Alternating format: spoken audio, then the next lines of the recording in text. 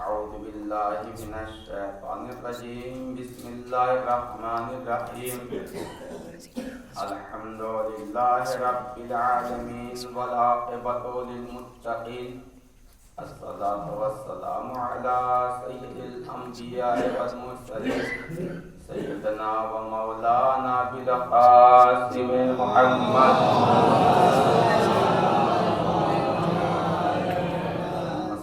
والسلام على آل الطيبين الطاهرين المعصومين الأجمعين ولعنة الله على أعدائهم أجمعين وغاصب حقوقهم ومنكر فضائلهم من الآن إلى قيام يوم الدين أما بعد فقد قال الله تعالى في كتابه القرآن المجيد وهو أصدق الصادقين وقوله الحق بسم الله الرحمن الرحيم ومن الناس من يشري نفسه ابتغاء مرضات الله والله رؤوف بالعباد صدق الله اللهم صل على محمد وآل محمد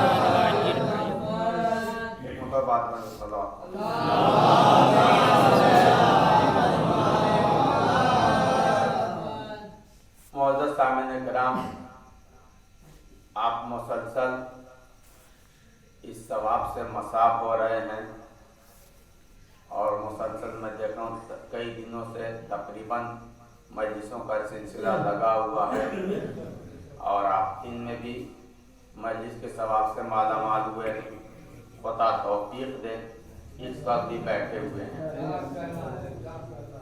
یاد رکھیے زیادہ طولانی گفتگو نہیں، اختصار مد نظر ہے اور آپ حضرات سے گزارش یہ ہے کہ آپ بھی پیشخانی میں اختصار کو مد نظر رکھا کریے تاکہ مجلس کے سننے میں جی لگے دل لگی ہو۔ عبادت وہی اچھی ہے جس سے جی نہ اکتائے، بوجھ نہ پڑے، بات نہ پڑے، یہی اچھی عبادت ہے۔ جس آیت کریمہ کو میں نے آپ حضرات کے سامنے تلاوت کرنے کا شرف حاصل کیا، ماشاءاللہ سے یہ آیت مبارکہ آیت ہجرت کے نام سے یاد کی جاتی ہے، جانی جاتی ہے اور ہماری نظروں کے سامنے سبھی ماشاءاللہ سے مجلسی مجمع بیٹھا ہوا ہے جو اس آیت کے ترجمے سے بخوبی واقف ہے۔ اگر یہ کہوں تو بیجا نہیں ہوگا کہ میں نے آیت پڑھی اور آپ حضرات کے ذہن عالیہ میں اس کا ترجمہ اور مفہوم اور معنی آ گیا کہ آیت ہجرت کے متعلق آیت ہے، ہجرت کا موضوع ہے۔ مولانا صاحب یہی بیان کریں گے کہ پیغمبر اسلام نے ہجرت کی۔ بڑی توجہ عزیزوں اور دوستوں، لیکن اپنی گفتگو کو آگے بڑھاتے ہوئے اس ترجمے کا سہارا لیتے ہوئے گفتگو کروں کہ جو آپ سنتے رہتے ہیں کہ پروردگار عالم کا یہ اعلان کہ ہم نے لوگوں میں سے ایک نفس کو خرید لیا اپنی مرضی کے مقابلے میں۔ یہ ظاہری ترجمہ، ظاہری مفہوم جو آپ حضرات کے اذہان عالیہ میں، لیکن میری آپ سے التماس ہے کہ بڑی سنجیدگی سے آپ گفتگو سماعت فرمائیے گا، کیونکہ 2-3 میسج اور پیغام آپ کے حوالے کرنا ہے۔ بہت اہم پیغام اور بہت اہم میسج ہے، جیسا کہ کیف سلمو ابھی بیان کر رہے تھے کہ سو کے ہجرت، شب ہجرت سو کے اللہ کی مرضی خرید لی۔ یاد رکھیے، آپ بغور اگر تاریخ کا مطالعہ کریں گے، آیت مبارکہ اور تفسیر اٹھا کر دیکھیں گے تو معلوم ہوگا آپ کو کہ پیغمبر اسلام نے سونے کا حکم نہیں دیا تھا، لیٹنے کا حکم دیا تھا۔ توجہ فرمائیے، آپ شریعت کا مسئلہ ہے، حکم ہے، کوئی بھی شریعت، کوئی بھی سنت اسی کا حکم دیتی ہے جو انسان کے اختیار میں ہے۔ غیر اختیاری عمل کا حکم کبھی بھی شریعت نہیں دیتی. سونا انسان کے اختیار کی بات نہیں ہے، لیٹنا انسان کے اختیار میں. پھر آئے مبارکہ کی یہ تفسیر کہ پیغمبر اسلام کو جب جان کا خطرہ ہوا تب منصوبہ ہجرت بنایا. بڑی توجہ عزیز اور دوستو، یہی سنتے رہتے ہیں اور یہی زبان اور عام مفاہیم یہی ہے کہ جب پیغمبر اسلام کو جان کا خطرہ ہوا تب پیغمبر اسلام نے ہجرت کا منصوبہ بنایا. یعنی ہجرت بربنائے خطرہ جان. اگر جان کو خطرہ نہ ہوتا تو پیغمبر ہجرت نہ فرماتے. بڑی توجہ عزیز اور دوستو، اس کا مطلب نعوذ باللہ خاکم بدہم پیغمبر بزدل تھے، پیغمبر کمزور تھے، آپ مقابلہ نہیں کر سکتے تھے، جو آپ نے ہجرت کا منصوبہ بنا لیا. اور یاد رکھیے یہ اوصاف انبیاء کے مسلمات میں سے کہ نبی اپنے وقت کا سب سے بڑا عالم کے ساتھ ساتھ سب سے بڑا بہادر ہوتا ہے، سب سے بڑا شجاع ہوتا ہے. میسج یہی دینا ہے کہ خطرے کی بنیاد پر ہجرت کا منصوبہ نہیں بنا، ہجرت کا منصوبہ پہلے بنا تب خطرہ جان لاحق ہوا. صلوات پر محمد مل جل کے صلوات پڑھیے پر محمد. میں نہیں گزارش کرتے، بڑی سنجیدگی سماعت فرمائے گا. واقعہ کیا ہوا؟ آخر شب ہجرت کا منصوبہ کیوں بنا؟ پیغمبر اسلام کو جان کا خطرہ کیوں لاحق ہوا؟ کیوں پیغمبر اسلام نے اپنے بستر پر لیٹنے کا حکم دیا، سونے کا نہیں؟ یاد رکھیے جب پیغمبر اسلام کھل کر مکہ کی سرزمین پر تبلیغ کر صلوات پر محمد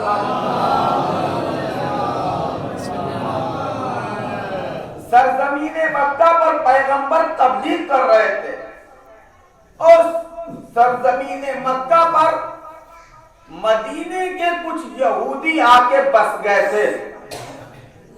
پیغمبر اسلام کا دور حیات طیبہ، پیغمبر مدینے میں دین اسلام کا پیغام مکہ میں دین اسلام کا پیغام پہنچا رہے ہیں، اور ادھر سے مدینے کے کچھ یہودی آ کر مکہ میں بس گئے تھے، اور آنے کے بعد اپنا ہاتھ پاؤں پسار لیا تھا، پھیلا لیا تھا، اور زمیندار ہو گئے تھے، مالدار ہو گئے تھے، زمین و جائیداد کے مالک ہو گئے تھے.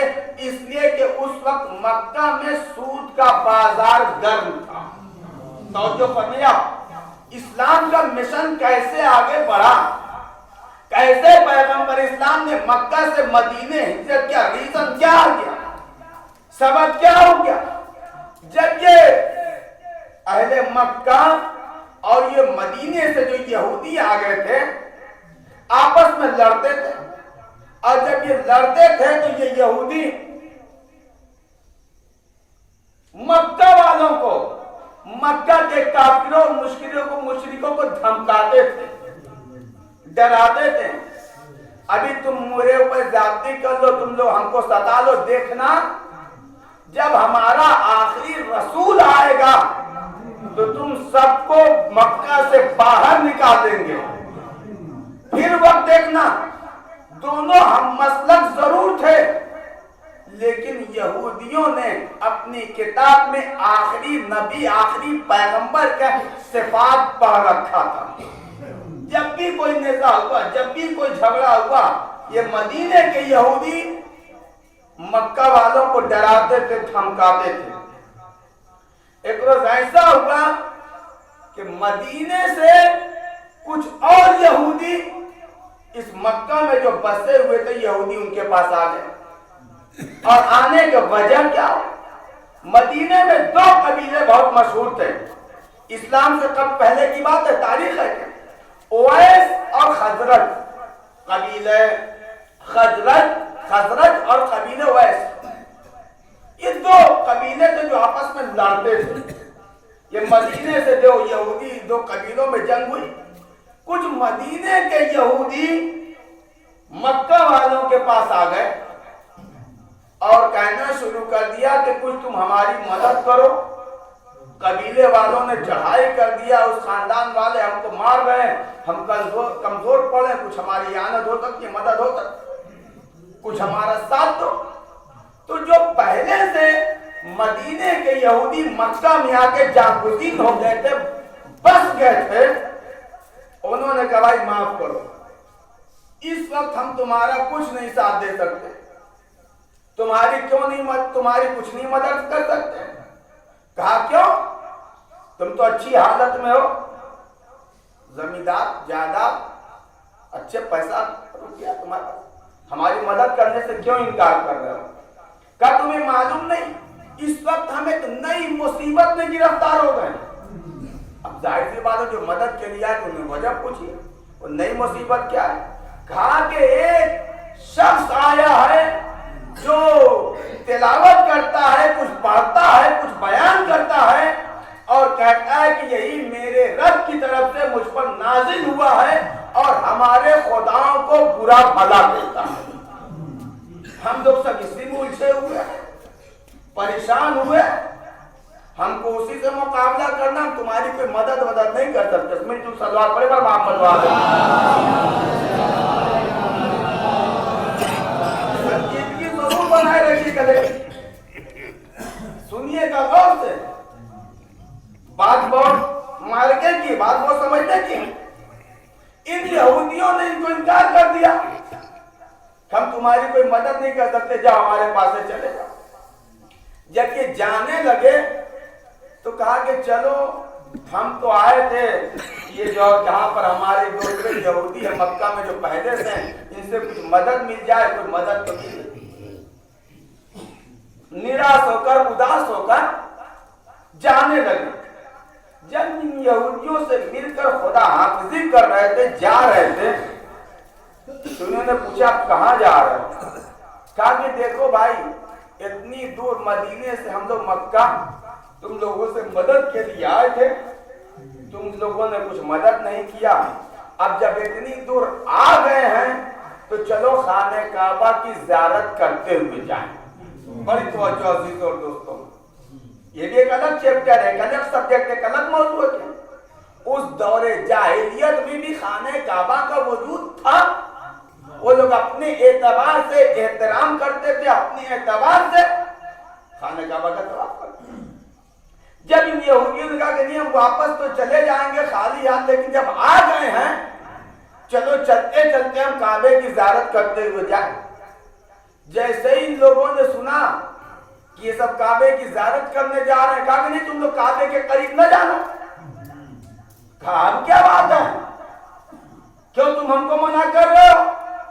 کہا تمہیں معلوم نہیں ہے وہ وہی آدمی ہمیشہ خانہ کعبہ کے ارد گرد گھما کرتا ہے اور کچھ اپنی زبان سے پڑھا کرتا ہے، دہرایا کرتا ہے اور یہ کہتا ہے کہ یہی ہمارے پروردگار کے اوپر نازل ہوا ہے۔ کہا بھائی اس کو پڑھتے رہنے دو، اس کو دہراتے رہنے دو، تلاوت کرتے رہو، ہم سے کیا مطلب؟ ہم جائیں گے نہ خانہ کعبہ کی زیارت کر کے واپس چلے جائیں گے۔